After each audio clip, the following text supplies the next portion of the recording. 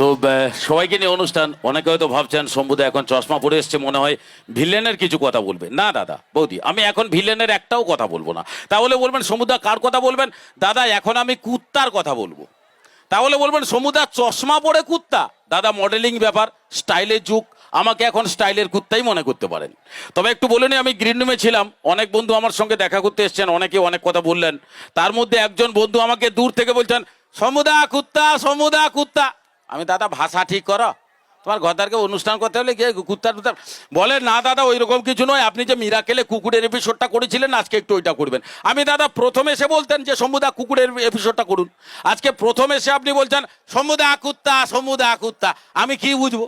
তবে এটা বন্ধুদের কোনো দোষ নেই, দোষ হচ্ছে আমার, আমি কুকুরের এপিসোড করেছিলাম।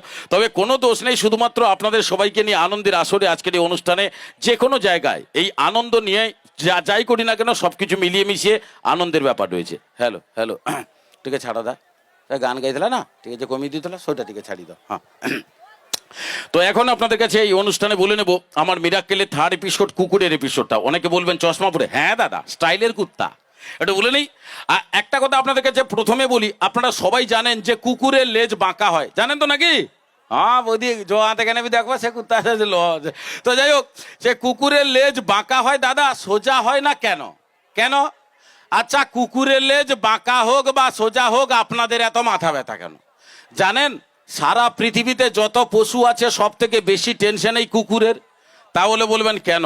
একটু লক্ষ্য করে দেখবেন, একটা কুকুর সকাল থেকে সন্ধে পর্যন্ত কত জনের কাছে মার খাচ্ছে, কত রকমের সব স্টাইলের মার।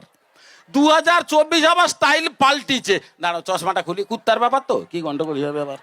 হ্যাঁ না না, বুঝা মুশকিল কর ব্যাপার।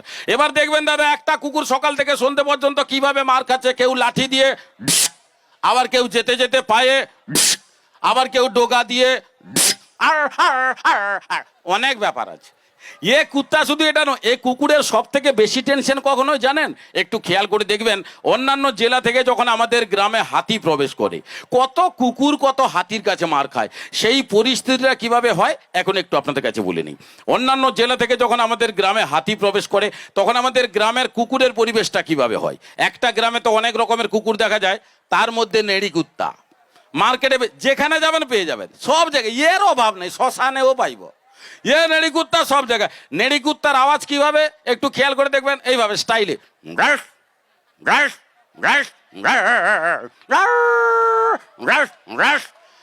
একটা জিনিস আপনারা খেয়াল করে দেখবেন, কুকুররা যখন ডাকে তাদের পিছন কিন্তু তালে তালে নড়ে, জীবনে মিস্টেক হবে না। আমরা কথা বলতে বলতে হয়তো কথার মাঝখানে মিস্টেক হয়ে যেতে পারে, কিন্তু কুকুরের তাল জীবনে মিস্টেক হবে না। কিভাবে? কুকুর ডাকার সঙ্গে সঙ্গে তাল মেনটেন কিভাবে,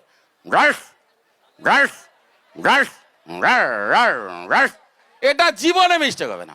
আর একটা কুকুর আছে খুব রাগী, মোটা করে রাস্তার টার্নিংয়ে শুয়ে থাকে। আমার বন্ধুরা অনেকে দেখে বলি এটা মনে হয় ভিলেন কুত্তা, বেশ রাগী, ঝাঁতা মাথা। তো সেই রাগী কুকুরের আওয়াজটা কিভাবে হচ্ছে হাতিকে দেখে? রাগী কুকুরের আওয়াজ আবার আলাদা স্টাইল।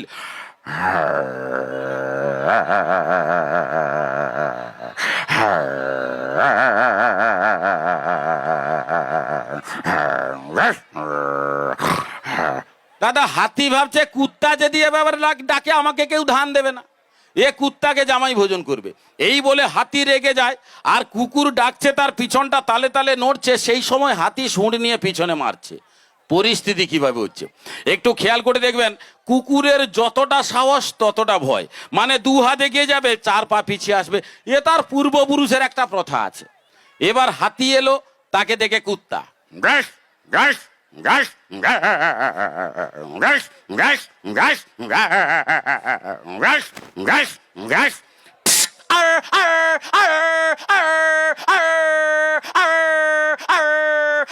কুড়ি বিঘা দূরে।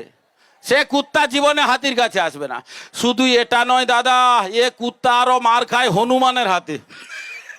তবে দাদা হনুমান কুত্তাকে মারে একটু স্টাইলে। তাহলে বলবেন শম্ভুদা হনুমানের আবার স্টাইল কি? একটু লক্ষ্য করে দেখবেন, হনুমান ছোট গাছে বসে লেজটাকে নাড়বে আর একবার ডাক দেবে,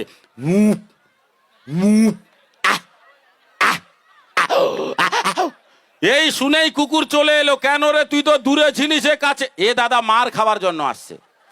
এবার একটু লক্ষ্য করে দেখবেন, হনুমানের কাছে কুকুর আসে মানে হনুমান ছুটবে, আর হনুমান ছুটা মানে তার পিছনে কুত্তা ছুটবেই, কেউ গতিরোধ করতে পারে, তার পূর্বপুরুষের একটা প্রথা আছে, হনুমান ছুটলে পিছনে কুত্তা ছুটবেই, সে যাই হোক না কেন।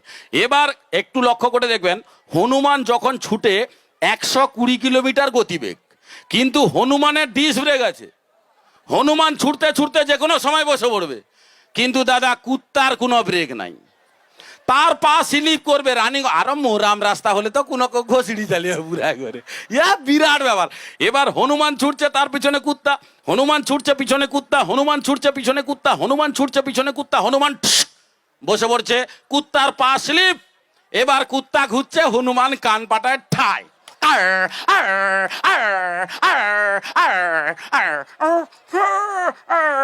সবাইকে গুছিয়ে নিচ্ছে, 7-8 পুরুষ সে হনুমানের সঙ্গে দেখা হবে।